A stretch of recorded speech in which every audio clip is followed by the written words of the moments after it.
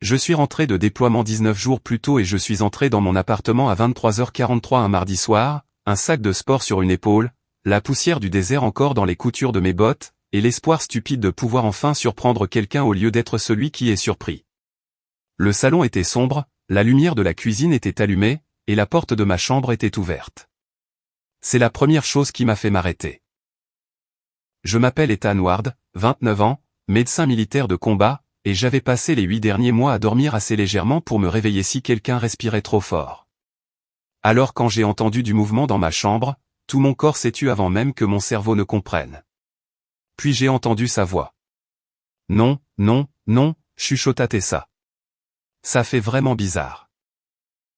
Tessa Collins était ma colocataire, mon contact d'urgence, et la femme à qui j'avais passé 8 mois à prétendre que je ne pensais pas plus qu'à un bon café. Elle avait 28 ans, travaillait comme infirmière de nuit aux urgences, et avait ce genre de visage qui faisait que les inconnus lui racontaient leurs secrets dans les supermarchés. Elle avait aussi une bouche assez acérée pour couper des attaches zippées, ce que je respectais parce que, franchement, les attaches zippées avaient été un problème dans mon métier. J'aurais dû appeler.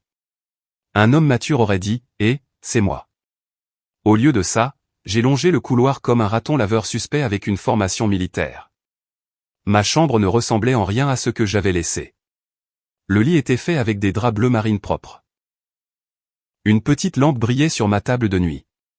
Ma vieille casquette de baseball était posée sur la commode comme si elle avait été poussée autour. Une pile d'enveloppes était étalée sur ma couette, chacune datée des 8 derniers mois.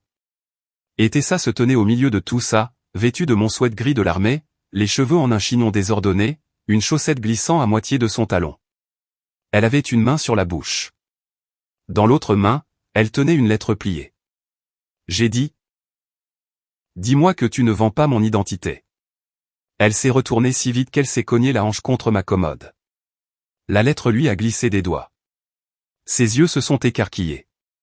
Pendant un long moment, aucun de nous n'a bougé. Puis elle a dit très doucement, tu n'étais pas censé voir ça. Bon, j'avais entendu ces mots dans beaucoup de mauvaises situations. En général, ça impliquait du sang, une caisse de ravitaillement disparue, ou un lieutenant essayant d'expliquer pourquoi une chèvre se trouvait dans un véhicule gouvernemental. Mais venant de Tessa dans ma chambre, vêtue de mon sweat comme s'il lui appartenait, ça a fait quelque chose de pire que me faire peur, ça a fait trébucher mon cœur. J'ai laissé tomber mon sac devant la porte. Je suis rentré plus tôt. Je vois que tu es dans ma chambre. Je vois aussi ça. Et tu portes mon sweat. Elle a baissé les yeux comme si le sweat l'avait personnellement trahi. Il faisait froid. On est en juillet. La climatisation est agressive. Tessa. Ethan. Nous sommes restés là, faisant tous les deux comme si c'était une conversation normale entre colocataires et non le genre de moment que les gens gâchent en disant soit trop, soit pas assez. Elle a attrapé les lettres, les rassemblant trop vite. Tu aurais dû envoyer un message. Je voulais te surprendre. Elle a jeté un coup d'œil autour de ma chambre, les joues roses. Félicitations. Je n'ai pas pu m'empêcher de sourire. Ses yeux ont fait un aller-retour vers ma bouche, puis ailleurs. Ce petit mouvement m'a frappé plus fort que n'importe quelle banderole de bienvenue. Tessa et moi étions colocataires depuis 1 an et demi parce que le loyer à Richmond était insultant et parce que la sœur de mon pote connaissait sa cousine, et que d'une manière ou d'une autre, ça s'est transformé en bail. Au début, nous étions des étrangers polis partageant un placard de cuisine. Puis elle a appris que je brûlais les toasts quand j'étais fatigué. J'ai appris qu'elle pleurait devant les vieilles vidéos de chiens, mais qu'elle faisait semblant que c'était des allergies. Elle laissait des post-it sur la cafetière avec des messages du genre « Ta crème a expiré sous l'administration Carter ». Et j'ai réparé sa porte de salle de bain qui grinçait à minuit parce qu'elle avait menacé de donner mon nom au grincement. À un moment donné, notre appartement a commencé à ressembler moins à un endroit où je rangeais mes bottes, et plus à un endroit où je voulais revenir. C'était dangereux. La dernière femme que j'avais aimée m'avait renvoyé ma bague par la poste pendant que j'étais à l'étranger. Pas de manière dramatique. Pas de grosses disputes, juste une petite enveloppe rembourrée et un mot disant qu'elle ne pouvait plus attendre une vie qui s'arrêtait à chaque fois que l'armée appelait. Alors je me suis appris à ne pas trop demander aux autres. Puis Tessa est arrivée. Elle était drôle, stable, exaspérante, gentille de manière à faire baisser la garde d'un homme avant même qu'il ne s'en rende compte. Et maintenant, elle se tenait dans ma chambre avec 8 mois de lettres sur mon lit. Qu'est-ce que c'est? Ai-je demandé. Rien. Tessa. Inventaire d'enveloppe. La paperasse a évolué. Je me suis approché suffisamment lentement pour ne pas l'acculer. Tu m'écrivais? Elle a serré les lettres contre sa poitrine. Ça dépend de ce que tu entends par écrire. Avec un stylo sur du papier, en général des mots. Alors oui, techniquement. Ma gorge s'est serrée. J'ai regardé la pile dans ses bras. Il devait y en avoir des dizaines. Tu ne les as jamais envoyés? Non. Pourquoi? Elle a essayé de rire, mais c'est sorti un peu faible. Parce que je ne suis pas ta copine, Ethan. La pièce a changé. Pas bruyamment, pas comme une porte qui claque. Plutôt comme une allumette qu'on gratte.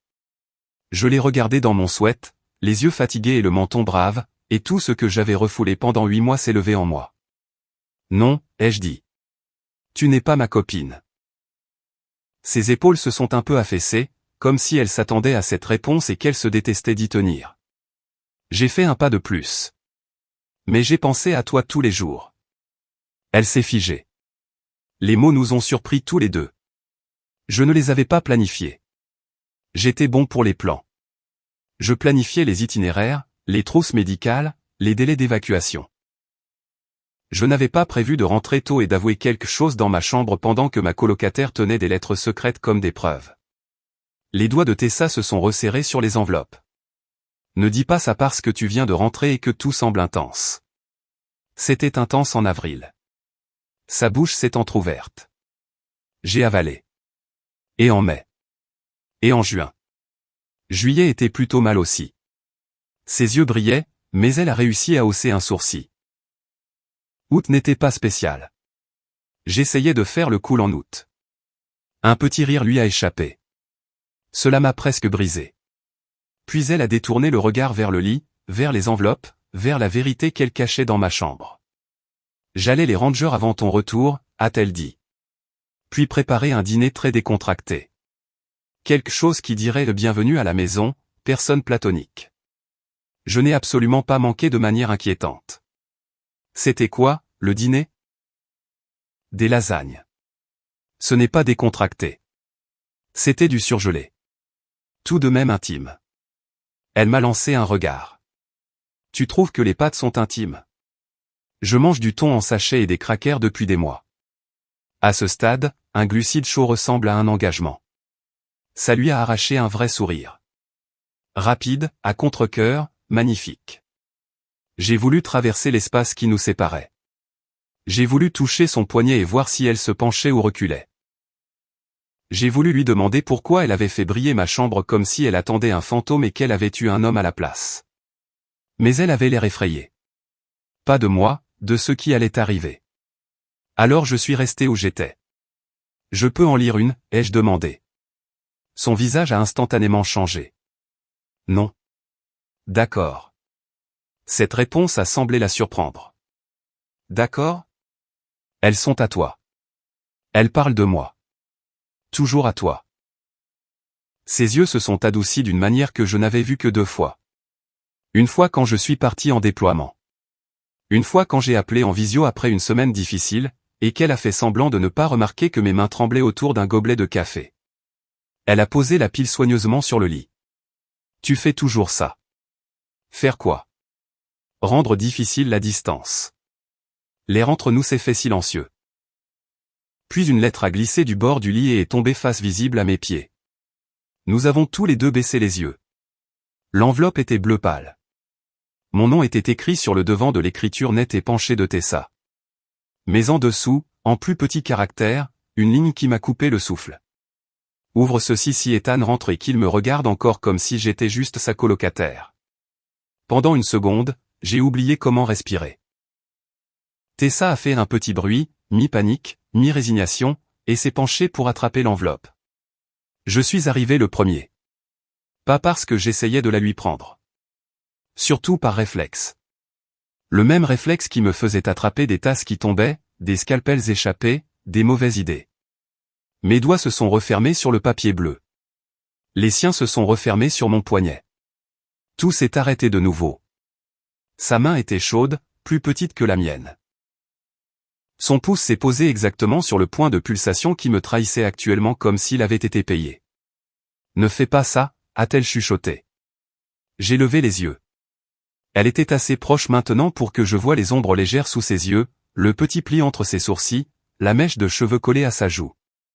Assez proche pour sentir la lavande et le café et quelque chose qui n'était que Tessa. J'ai dit, je ne l'ouvrirai pas. Sa prise s'est relâchée, mais elle n'a pas lâché prise. Tu as lu l'extérieur. Oui. C'était déjà trop, Tessa. Elle a fermé les yeux. S'il te plaît, ne sois pas gentil maintenant. Ça m'a touché à un endroit où je n'avais pas d'armure. J'ai soigneusement posé l'enveloppe sur la commode à côté de nous, non ouverte. Puis j'ai tourné ma main pour que ma paume rencontre la sienne. Elle a baissé les yeux sur nos mains. Moi aussi. Nous nous étions touchés avant. Bien sûr que oui, des heures d'épaule dans la cuisine. Ses pieds froids poussaient contre ma jambe pendant les soirées cinéma parce qu'elle prétendait que les chaussettes étaient des prisons pour pieds. Ma main dans son dos quand je la croisais dans les espaces étroits. Ses doigts effleurant les miens quand elle me tendait un café avant l'aube. C'était différent. C'était un choix. Tessa, ai-je dit doucement. Ou regarde-moi. Elle l'a fait. Et là, c'était là. Cette chose que nous avions tous les deux prétendu ne pas être dans l'appartement avec nous. Le désir, la peur, l'espoir. 8 mois de mots non envoyés empilés sur mon lit. Je ne te regarde pas comme si tu étais seulement ma colocataire, ai-je dit. Son souffle s'est arrêté. J'ai fait un pas de plus, assez lentement pour qu'elle puisse s'éloigner si elle le voulait. Elle ne l'a pas fait. Si je le faisais, ai-je continué, je n'aurais pas repassé cette stupide vidéo que tu m'as envoyée de toi en train de monter une étagère en insultant les instructions. C'était un manuel d'instructions très condescendant. Je l'ai regardé 12 fois. Sa bouche a tressailli. C'est embarrassant pour toi. Je sais. Profondément. J'accepte. Ses yeux se sont adoucis. Tu l'as vraiment regardé 12 fois. Peut-être 13. Ethan, tu m'as manqué. Ai-je dit, parce qu'une fois qu'on a sauté d'une falaise, on peut aussi bien admirer la vue en tombant. Pas l'appartement. Pas le fait d'avoir quelqu'un pour arroser le basilic que j'ai tué avant de partir. Toi. Ses doigts ont glissé entre les miens. Un si petit geste, presque rien. Cela m'a presque mis à genoux. Tu m'as manqué aussi, a-t-elle dit. Les mots étaient doux, mais ils ont rempli la pièce. Puis son expression a changé. Elle a jeté un coup d'œil vers le lit, vers les lettres, et a retiré sa main comme si elle avait touché quelque chose de chaud. Je dois t'expliquer avant que tu ne penses que je suis complètement déséquilibré. Je suis médecin. Mes critères pour déséquilibrer sont élevés. Elle a laissé échapper un rire tremblant et a croisé les bras, ce qui a fait que les manches de mon sweat couvraient ses mains. Quand tu es parti, je me suis dit que j'écrirais juste les choses que j'aurais voulu te texter. Mais certaines me semblaient trop lourdes pour un texto. Alors j'ai commencé des lettres pour les envoyer, au début peut-être. Puis j'ai eu peur. De quoi? Que tu les lises pendant que tu es assis sur un lit de camp entouré de sacs de sable et que tu réalises que ta colocataire a développé des sentiments gênants. J'ai essayé de ne pas sourire. Elle a pointé un doigt vers moi. Ne fais pas l'air satisfait. Je ne le suis pas. Tu es agressivement satisfait. Je suis respectueusement dévasté. Ça n'existe pas. Ça existe ce soir. Elle a soufflé, mais la rougeur est remontée sur ses joues. J'ai voulu la garder dans cet endroit doux et nerveux parce que je n'avais jamais vu Tessa Collins incertaine, sauf quand il s'agissait de se garer en créneau ou de sentiments. Mais je la connaissais aussi. Si je poussais trop vite, elle se transformerait en sarcasme et en fumée. Alors je me suis assis sur le bord de mon lit, lui laissant de la place à côté de moi. Dis-moi une chose d'une lettre. Ses yeux se sont écarquillés. Absolument pas. Une phrase. Non. Un mot. Ethan. Je viens d'avouer avoir regardé ta vidéo d'étagère 13 fois. Fais un pas vers moi. Elle m'a regardé un moment, puis a levé les yeux au plafond comme pour demander de la patience divine. Finalement, elle s'est assise à côté de moi, sans me toucher, mais proche. Le matelas s'est affaissé sous son poids, et d'une certaine manière, c'était plus intime que n'importe quelle fête de bienvenue. Elle a pris une enveloppe dans la pile. La date était le 9 mai. Celle-ci, a-t-elle dit, c'était après ton appel à 3 heures du matin, heure de chez moi. Je m'en souviens. Tu as dit que tu ne pouvais pas dormir. J'ai menti. Je sais. Je l'ai regardée. Elle gardait les yeux sur l'enveloppe. Tu m'as demandé comment s'était passée ma journée et je t'ai parlé de Madame Alvarez dans la chambre 12 qui n'arrêtait pas d'essayer de me caser avec son petit-fils même s'il vivait à Phoenix et avait, selon elle, une situation compliquée avec un furet. Elle avait l'air déterminée. Elle l'était. Et tu as ri.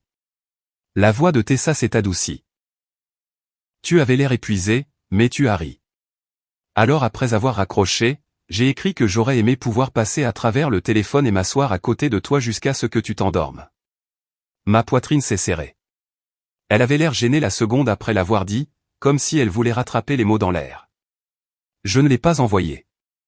Moi aussi j'aurais aimé, ai-je dit. Son regard a croisé le mien. J'ai bougé ma main entre nous, paume vers le haut sur la couette. Une invitation, pas une exigence. Au bout d'un battement de cœur, elle a posé sa main dans la mienne. Ses doigts étaient cette fois stables. Tu devrais savoir quelque chose, a-t-elle dit. D'accord. Je suis très mauvaise pour le décontracter. J'ai compris avec les archives secrètes sur mon lit. Je suis sérieuse. Sa voix a tremblé un peu. Si nous faisons ça, je ne veux pas être ton presque. Je ne veux pas être la fille que tu embrasses parce que tu es rentrée seule. Je me suis tourné complètement vers elle. Tu ne le hais pas. Tu ne le sais pas encore. Je sais exactement ce que c'est que d'être seul. J'ai passé mon pouce sur ses jointures. Ce n'est pas ça. Ses yeux ont scruté les miens.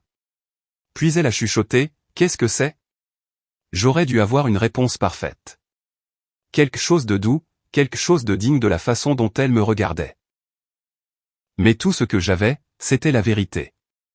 C'est rentrer à la maison, ai-je dit, et réaliser que je visais toi depuis le début. Son visage s'est froissé une demi-seconde avant qu'elle ne se reprenne, mais je l'ai vu. L'impact, l'espoir.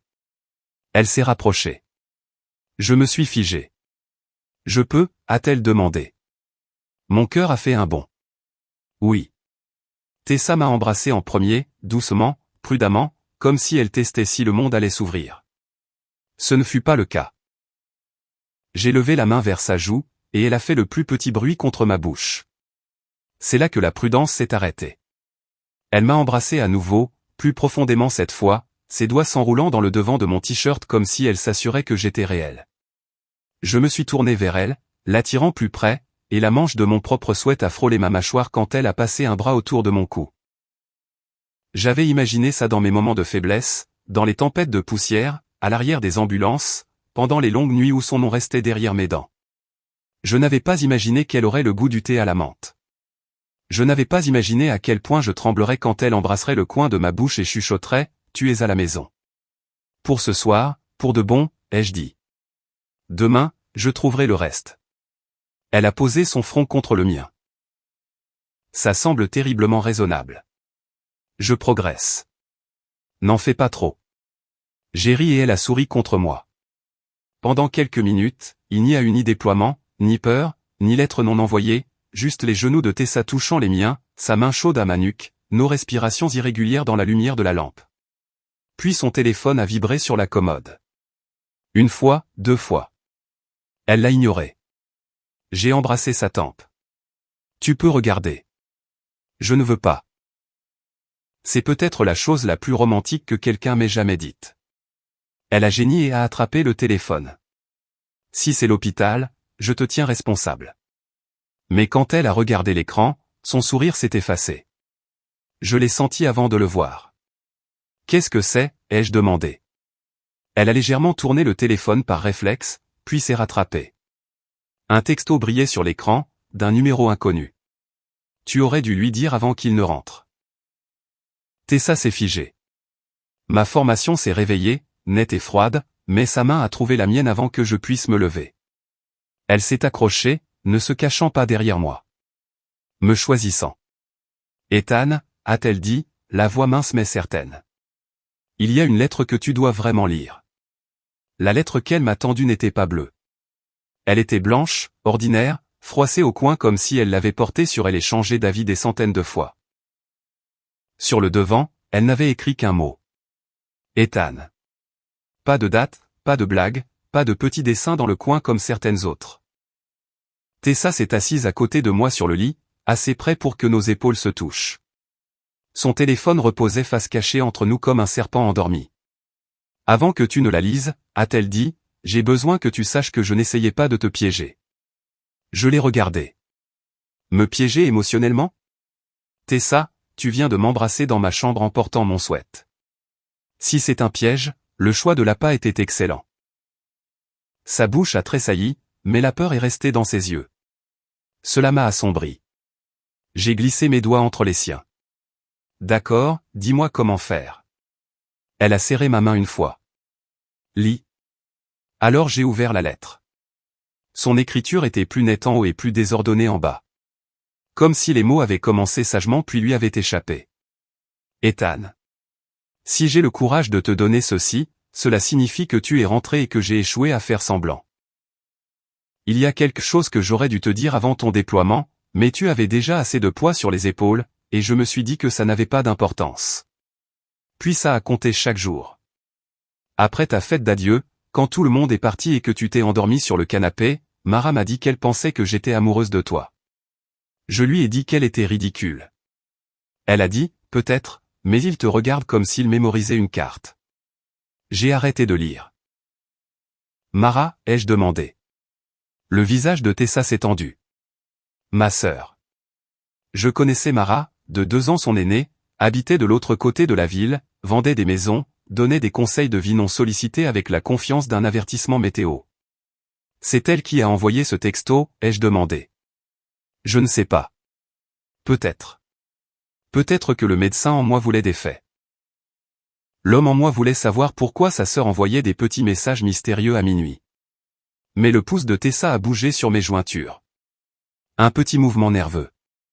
Et je me suis rappelé ce qui comptait le plus dans cette pièce. Je suis revenu à la lettre. J'en ai ri parce que c'est ce que je fais quand quelqu'un s'approche trop près de la vérité. Puis tu t'es réveillé et tu m'as demandé si j'irais bien pendant ton absence. Pas l'appartement, pas les plantes, moi. Et j'ai voulu dire non. J'ai voulu dire que je comptais déjà tes pas quand tu rentrais. Que je connaissais le bruit de tes clés. Que j'aimais quand tu te tenais dans la cuisine dans ces ridicules vieux sweats et que tu buvais du jus d'orange directement au carton. Même si c'était dégoûtant et que je m'en plaignais à chaque fois. J'ai voulu dire que quand tu m'as serré dans tes bras pour me dire au revoir, j'ai failli te demander de rester. Mais tu ne pouvais pas rester. Et je ne voulais pas que mes sentiments soient une chose de plus que tu aies à porter. Alors je les ai écrits ici à la place. Si tu lis ceci parce que j'ai enfin osé te le donner, sache ceci, je n'ai pas besoin que tu répares quoi que ce soit. Je n'ai pas besoin d'une promesse que tu n'es pas prêt à faire. J'ai seulement besoin de la vérité. Si tu ressens ne serait-ce qu'un peu de ce que je ressens, s'il te plaît, ne continue pas à tourner autour. J'ai lentement baissé la lettre. Tessa ne me regardait pas. Elle fixait nos mains comme si elle contenait la réponse, et qu'elle avait peur de la lire. Ma gorge s'est serrée d'une manière qu'aucune poussière du désert n'avait causé. Tu aurais dû me le dire, ai-je dit. Elle a hoché une fois la tête, trop vite. Je sais. Non. Je me suis tourné vers elle. Je veux dire, j'aurais aimé que tu le fasses parce que j'aurais eu quelque chose de réel à quoi me raccrocher. Ses yeux se sont levés. J'ai continué avant que la peur ne fasse taire l'un de nous. J'ai passé des mois à me dire que tu me manquais juste comme me manquait la maison. Mais quand je recevais un message de n'importe qui d'autre, ça allait. Je recevais un message de toi et je le gardais toute la journée comme un idiot avec un secret. Tu ne m'as jamais rien dit. Je pensais que ce serait égoïste. Son rire était doux et triste. Regarde-nous. 2 nobles imbéciles. Parle pour toi. Je suis au moins décoré. Elle a secoué la tête et une larme a coulé sur sa joue même en souriant. Je l'ai essuyée avec mon pouce. La pièce s'est tue à nouveau, mais cette fois, ce n'était pas de l'appréhension. C'était la pause avant de sauter dans l'eau ensemble. Tessa, ai-je dit, je ne veux pas non plus Dieu presque. Son souffle a tremblé. Je ne connais pas toutes les réponses, ai-je continué. Je sais que mon emploi du temps sera chaotique. Je sais que je cherche encore qui je suis quand je ne compte pas les blessés ou que je ne scrute pas les toits. Mais je sais que je te veux, toi. Pas comme un peut-être, pas comme un rêve de déploiement. Toi. Elle m'a regardé comme si ces mots avaient trouvé chaque ecchymose. Puis elle s'est blottie contre ma main. Je te veux aussi, a-t-elle chuchoté. Même quand tu bois au carton comme un raton laveur en short de gym. Je peux changer. Ne mens pas si tôt dans la relation. J'ai souri. Relation ? Ses yeux se sont un peu écarquillés, comme si elle n'avait pas eu l'intention de me donner ce mot. Je suis resté très immobile. C'est comme ça qu'on appelle ça ? Elle a pris une inspiration, puis a relevé le menton. Courageuse à nouveau. Ma version préférée d'elle, même si je commençais à soupçonner que toutes les versions d'elle étaient mes préférées. Oui, a-t-elle dit. Si tu le es. Quelque chose dans ma poitrine s'est dénoué. Oui, ai-je dit. Je le suis. Son sourire s'est ouvert, soulagé et lumineux, et je l'ai embrassé parce qu'il n'y avait pas d'univers où je ne l'aurais pas fait. Ce baiser n'était pas surpris comme le premier. Il était sûr. Sa main a glissé sur ma poitrine et la mienne s'est posée sur sa taille, prudent mais désireux. Elle s'est rapprochée jusqu'à ce qu'un genou touche ma cuisse et les lettres ont froissé sous nous. Elle a reculé juste assez pour murmurer. Nous sommes assis sur 8 mois de mon instabilité émotionnelle. Je suis honoré. Tu devrais être alarmé. Je contiens des multitudes. Elle a ri dans mon cou et je l'ai tenue là pendant un moment. Le numéro inconnu n'avait pas d'importance. Mara n'avait pas d'importance.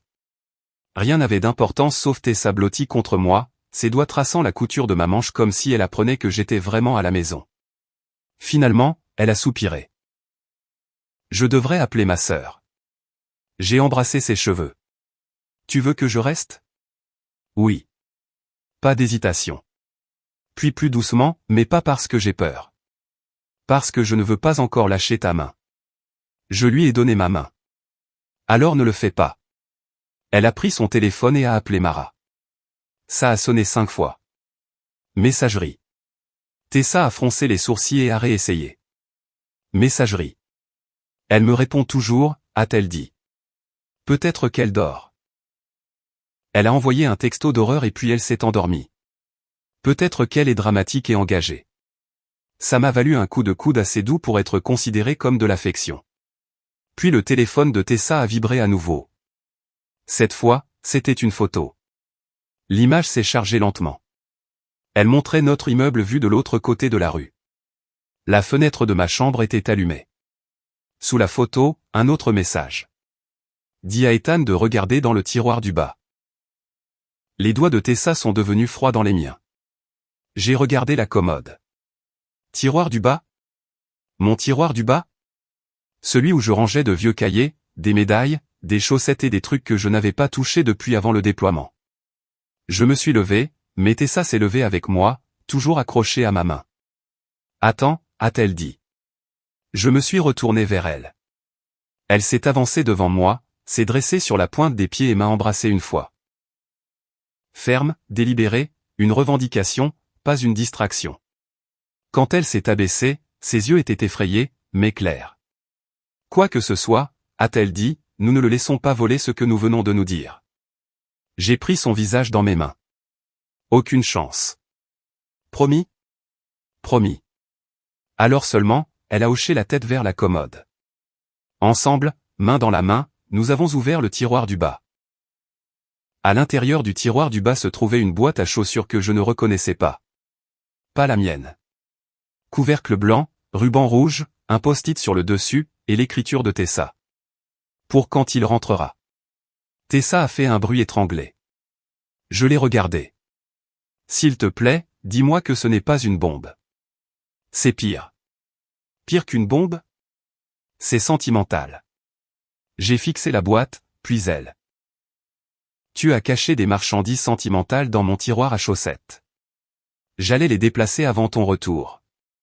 Tu n'arrêtes pas de dire ça comme si je ne t'avais pas surprise en train de commettre un cambriolage émotionnel. Sa rougeur est revenue vite, et malgré le téléphone, la photo, le texto étrange, j'ai aimé que je puisse encore la faire rougir. Elle a tendu la main vers la boîte, mais j'ai doucement attrapé sa main. Je peux l'ouvrir? Elle s'est mordu la lèvre.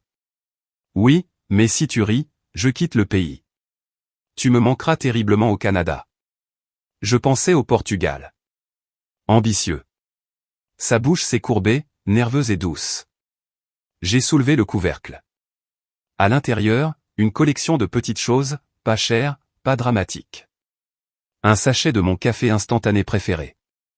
Un porte-clés en forme de petite ambulance. Une photo de nous à Noël dernier où je tenais une tarte brûlée et elle riait tellement que ses yeux étaient fermés.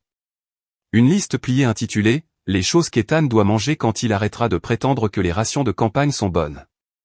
Il y avait aussi 2 billets pour un match de ligue mineure de baseball daté de vendredi prochain. Je les ai pris. Tu détestes le baseball. Je ne déteste pas le baseball. Je déteste 9 manches d'hommes qui ajustent leurs gants et crachent. C'est une partie importante du jeu. C'est un problème de santé publique. J'ai souri en regardant les billets. Tu les as achetés pour moi. Pour nous, a-t-elle avalé. Si tu voulais. Je pensais que ça pourrait être décontracté. Foule bruyante, hot dog, lumière tamisée, si mon visage faisait quelque chose d'embarrassant. Tu as planifié un rendez-vous? J'ai planifié une sortie de bienvenue avec des nuances romantiques. C'est un rendez-vous. D'accord, a-t-elle croisé les bras. J'ai planifié un rendez-vous. Le mot est tombé entre nous, chaud et vivant. J'ai posé soigneusement les billets sur la commode, puis je me suis tourné vers elle. Tessa Collins, est-ce que tu m'invites à sortir? Elle a eu l'air terrifiée une seconde, puis a relevé le menton. Oui, Ethan Ward. Veux-tu aller à un rendez-vous baseball avec moi et m'expliquer les règles seulement si je demande des éclaircissements? Je le ferai. Et veux-tu t'abstenir d'appeler ça le passe-temps national plus d'une fois? Je ne peux pas promettre de miracle. Alors nous négocierons. Je me suis rapproché. J'aime négocier avec toi. Ses yeux ont baissé vers ma bouche. Tu aimes discuter avec moi? C'est la même chose, mais avec un contact visuel. Elle a ri et je l'ai embrassée parce que la boîte à chaussures m'avait défait d'une manière qu'aucun grand geste n'aurait jamais pu faire. Cette femme avait construit un petit musée du désir de me voir rentrer.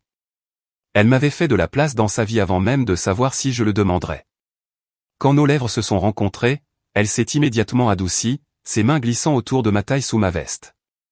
Je l'ai attirée contre moi, sentant le battement de son cœur contre le mien. Pendant un instant, le monde s'est réduit à cela. Sa bouche, son souffle, ses doigts agrippant mon t-shirt comme si elle en avait fini de faire semblant. Puis mon téléphone a vibré. Pas le sien, le mien. Nous nous sommes séparés lentement. Je l'ai sorti de ma poche. Numéro inconnu. Un message m'attendait sur l'écran.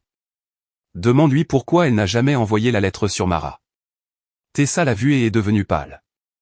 La chaleur dans la pièce s'est refroidie autour de nous. Je l'ai regardée. Il y a une lettre sur Mara. Elle a hoché une fois la tête. Est-ce mauvais? Non, c'est. Elle a passé une main sur son front. Compliqué. D'accord, c'est ta réponse. J'essaie ce nouveau truc où je ne suppose pas que la femme qui vient de m'inviter au baseball est secrètement mon ennemi. Elle a laissé échapper un souffle tremblant. Très moderne de ta part. J'ai posé mon téléphone face cachée à côté du sien. Plus de messages pendant 1 minute. Mais non. J'ai pris ses 2 mains. Celui qui fait ça veut nous faire courir après la peur. Je ne lui donne pas les 5 prochaines minutes. Ses yeux ont scruté les miens. Qu'est-ce que tu me donnes à la place? La vérité est peut-être des lasagnes froides si elles existent. Elles existent? Alors je t'offre la romance à un niveau culinaire très élevé. Un petit sourire est revenu. Lasagne surgelée à la lumière du micro-ondes. Rendez-vous 0. Elle m'a regardé un long moment. Puis elle a serré mes mains. Rendez-vous 0. Alors nous avons laissé les lettres sur le lit, les téléphones sur la commode, et nous sommes allés à la cuisine. Ça aurait dû sembler ridicule. Peut-être que ça l'était. J'étais rentré depuis moins d'1 heure. Quelqu'un envoyait des textos intrusifs. Ma colocataire était maintenant ma copine, si nous étions assez courageux pour le dire 2 fois. Et pourtant, debout pieds nus dans la cuisine pendant que Tessa perçait des trous de ventilation dans du film plastique, je me suis senti plus stable que depuis des mois. Elle m'a tendu 2 fourchettes. Nous mangeons dans le plat. Classe. Tu auras des assiettes après le 3e rendez-vous. Qu'est-ce qui se passe après le 2e? Je te laisse choisir le film sans veto basé sur les traumatismes émotionnels. C'est énorme. Je suis une femme généreuse. Le micro-ondes bourdonnait. Je me suis appuyé contre le comptoir en la regardant dans mon sweat. Tu sais que je vais continuer à te regarder comme ça, non? Elle a baissé les yeux. La possession est les 9/10 de la loi des colocataires. La loi des relations peut être différente. Elle s'est tournée vers moi, plus douce maintenant. Relation. Le mot était là encore. Le mot demandant à être tenu. Je me suis approché jusqu'à ce que nos chaussettes se touchent presque. Oui, si tu le veux encore quand il n'y aura pas d'adrénaline et de textos flippants. Je le voulais quand tu étais à cette fuseaux horaire et que tout ce que j'avais, c'était des mauvais appels vidéo et ta moche casquette de baseball sur la commode. Elle est vintage. Elle est tragique. Elle a du caractère. Elle a des taches avec leur propre histoire militaire. J'ai ri et elle a levé la main, passant son pouce sur ma mâchoire. La taquinerie s'est estompée. Je veux ça, a-t-elle dit. J'ai peur, mais je le veux. J'ai couvert sa main de la mienne. Moi aussi j'ai peur. Tu n'as pas l'air d'avoir peur. C'est parce que j'ai un visage pour la plupart des sentiments. Le visage du soldat légèrement constipé. Courageux comme choix pour un rendez-vous 0. Elle a souri, puis s'est blottie contre moi et a posé son front sur ma poitrine. Je l'ai enlacée. Pas d'héroïsme, pas de réponse, juste la tenir dans la cuisine pendant que le micro-ondes comptait à rebours, et mon cœur apprenait la forme de la paix. Au bout d'un moment, elle a dit, la lettre sur Mara n'est pas un sombre secret. Mara l'a su avant moi. Elle n'arrêtait pas de me dire d'arrêter d'être une lâche. Nous nous sommes disputés à ce sujet. La veille de mon départ, Tessa a hoché la tête contre moi. Elle a dit, si je te laisse partir sans te le dire, je le regretterai. J'ai dit que tu n'avais pas besoin de pression. Elle a dit, peut-être que tu prends des décisions pour lui parce que le rejet te fait peur. J'ai embrassé le dessus de sa tête. Les grandes sœurs sont médicalement connues pour être agaçantes et parfois justes. Elle va adorer que tu dises ça. Peut-être ne le mentionne pas avant qu'elle n'arrête d'envoyer des textos de thriller. Tessa a reculé. C'est ça le problème. Ça ne lui ressemble pas. Avant que je puisse répondre, l'interphone de l'appartement a bourdonné une fois, long et dur. Nous nous sommes figés tous les deux. Puis mon téléphone s'est allumé sur le comptoir. Numéro inconnu. Descends seul, Ethan. Où elle découvre ce que Mara a vraiment fait. J'ai regardé le message. Puis j'ai regardé Tessa. Non. A-t-elle dit immédiatement. J'ai failli sourire malgré tout. Je n'ai rien dit. Tu as ce visage de soldat. Le légèrement constipé. Celui où tu décides de faire quelque chose de noble et de stupide. J'ai posé le téléphone. Je ne descends pas seul. Son menton s'est levé. Bien. Parce que si tu l'avais fait, j'allais te suivre avec une fourchette. Une fourchette tactique. La fourchette à lasagne. Une arme très sérieuse. J'ai tendu la main vers la sienne. Nous y allons ensemble. Ses doigts se sont verrouillés avec les miens comme si elle attendait que je le dise. L'interphone a bourdonné à nouveau. Nous avons descendu les escaliers au lieu de l'ascenseur. Vieille habitude. Tessa est restée à côté de moi, pas derrière, toujours vêtue de mon sweat et d'une expression déterminée. Quand nous sommes arrivés dans le hall, une femme se tenait devant la porte en verre, les 2 mains en l'air. Tessa s'est arrêtée. Mara. Mara Collins ressemblait exactement à quelqu'un qui avait tenté une opération émotionnelle de minuit et perdu le contrôle de la mission.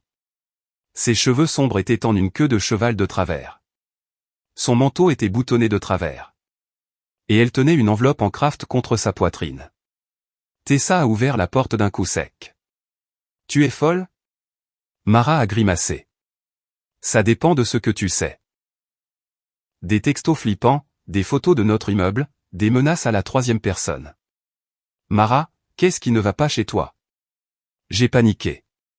Tu as paniqué comme un tueur en série. Mara m'a regardé. Tu dois être Ethan. Je suis extrêmement confus. Ethan. Juste. Tessa a croisé les bras. Commence à parler. Mara a expiré et a tendu l'enveloppe. Il y a 8 mois, j'ai envoyé à Ethan une de tes lettres. Tessa s'est figée. J'ai senti sa main se serrer autour de la mienne. Tu as fait quoi, a-t-elle chuchoté. Celle de mai, a dit Mara rapidement. Celle après son appel à 3 heures du matin. Tu étais malheureuse, Tess. Tu n'arrêtais pas de faire semblant d'aller bien, mais tu écrivais ces lettres et tu les cachais comme si les sentiments étaient de la contrebande. J'ai pensé que s'il le savait, peut-être qu'il dirait quelque chose. Peut-être que tu arrêterais de te torturer. Le visage de Tessa est devenu pâle de colère et de blessure. Ce n'était pas ton choix. Je sais. La voix de Mara s'est brisée.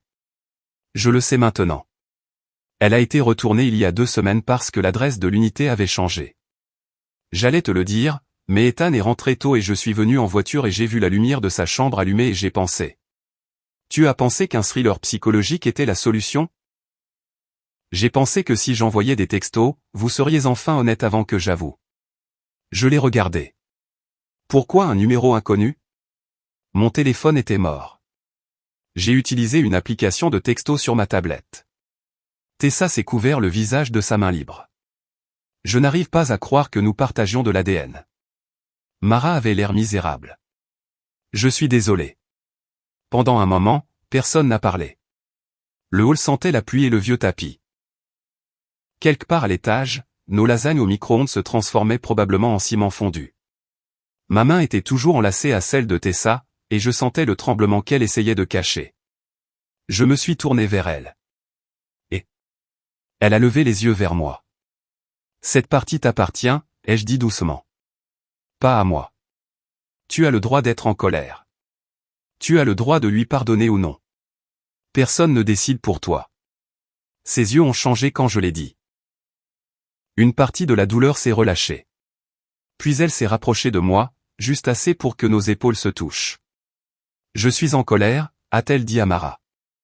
Vraiment en colère. Mara a hoché la tête, les larmes aux yeux. Tu devrais l'être. Mais je comprends aussi pourquoi tu pensais aider. Tessa a avalé. Tu avais tort. Haut et fort dans plusieurs polices. Mara a laissé échapper un rire mouillé. Et si tu utilises encore une application de texto flippante sur moi, je te mettrai dans un groupe de discussion avec tous les administrateurs d'hôpitaux que je connais. C'est juste. Tessa a pris l'enveloppe d'elle. Puis elle s'est appuyée un peu plus contre moi et a dit, pour info, nous étions honnêtes avant que ton spectacle d'horreur n'atteigne son 3e acte. Mara a cligné des yeux. Vous l'étiez? Tessa a levé les yeux vers moi, même dans le hall. Même avec sa sœur là, même avec toute la gêne et le chaos de la nuit autour de nous, elle a souri. Oui, a-t-elle dit. Nous l'étions. J'ai serré sa main. Elle m'a invité au baseball. Mara a halté. Tessa déteste le baseball. Je sais, ai-je dit. C'est sérieux. Tessa m'a donné un coup de coude, mais elle souriait maintenant. Mara s'est essuyé les joues. Alors vous deux, vous êtes. Tessa m'a regardé. Il y avait une question là, mais pas de peur cette fois. Un choix. J'y ai répondu. Ensemble, ai-je dit. Le sourire de Tessa est devenu assez doux pour me briser. Ensemble, a-t-elle répété. Mara a pressé ses 2 mains sur son cœur. J'adore ça. Tu es toujours en fâcheuse posture, a dit Tessa. Je peux l'aimer en étant en fâcheuse posture. Nous avons renvoyé Mara après lui avoir fait promettre d'appeler à son arrivée. Puis Tessa et moi sommes remontés. L'appartement semblait différent à notre retour. Non pas parce que le mystère avait disparu, mais parce qu'il avait rétréci. Ce n'était plus une ombre sur nous, juste un désordre que nous gérerions ensemble. Dans la cuisine, les lasagnes avaient refroidi en une brique rouge et dense. Tessa l'a piqué avec une fourchette. Le rendez-vous 0 a peut-être besoin de soins médicaux. Je suis médecin. Tu peux la sauver. J'ai étudié le plat. Non. Elle a ri et le son a rempli l'appartement comme des lumières qui s'allument. Nous avons mangé des céréales à la place, debout pieds nus au comptoir, partageant un bol parce qu'elle prétendait que tous les autres étaient émotionnellement indisponibles dans le lave-vaisselle. Elle m'a donné une bouchée, puis a soudainement eu l'air timide, comme si l'intimité l'avait surprise sous la forme d'une cuillère. Alors je lui ai pris la cuillère, je lui en ai rendu une, et j'ai embrassé le coin de sa bouche où une goutte de lait s'était posée. Ses yeux se sont fermés. C'était élégant, a-t-elle chuchoté. Je me suis entraîné sur 0 femme pendant 8 mois. Discipline impressionnante. J'attendais quelqu'un. Elle a ouvert les yeux. La taquinerie a disparu. Pour moi, a-t-elle demandé. J'ai posé le bol et l'ai attiré doucement dans mes bras. Pour toi. Elle a posé ses mains sur ma poitrine. J'ai encore peur. Moi aussi. Tu pourrais être renvoyé. Peut-être. Je détesterais ça. Je détesterais ça encore plus. Tu boiras toujours au carton de jus d'orange. Presque certainement. Elle a ri, mais ses yeux brillaient. J'ai repoussé une mèche de cheveux derrière son oreille. Mais je ne te ferai plus jamais deviner où tu en es avec moi. Pas après ce soir. Ses doigts se sont enroulés dans mon t-shirt. Alors je ne cacherai plus de lettres dans ta chambre au lieu de dire ce que je pense. Ça semble plus sain. Moins mystérieux, en tout cas. J'ai eu assez de mystère. Elle s'est dressée sur la pointe des pieds et m'a embrassé. Lent. Sûr. À la maison. 1 an après cette nuit, Tessa avait toujours le sweat gris. Elle prétendait que la propriété avait été légalement transférée en raison des droits des squatteurs émotionnels. Je ne discutais pas. J'avais appris à choisir mes batailles, et de toute façon, elle était plus belle avec. Nous sommes allés à ce match de baseball. Elle a houspillé la mascotte, a posé exactement 2 questions sur les règles, et a pleuré quand le couple de personnes âgées sur le kiss-camp s'est embrassé comme des adolescents. Après, elle a admis que le baseball était tolérable avec la bonne personne, ce que j'ai considéré comme une victoire de championnat. Au printemps suivant, nous n'étions plus colocataires. Nous étions nous. Même appartement, disposition de chambres différentes, 2 brosses à dents et une seule tasse. Ces lettres attachées avec un ruban rouge dans une boîte sur notre étagère. Pas cachée, pas secrète. Parfois, les soirs difficiles, elle m'en lisait une. Parfois, j'en écrivais une en retour. Et les matins calmes, quand la lumière du soleil entrait par la fenêtre de la cuisine et que Tessa se tenait là dans mon sweat en faisant du café, je ressentais toujours ce même sentiment que la nuit où je suis rentré tôt. Comme si j'étais entré dans une pièce que je n'étais pas censé voir et que j'y avais trouvé le reste de ma vie qui m'attendait.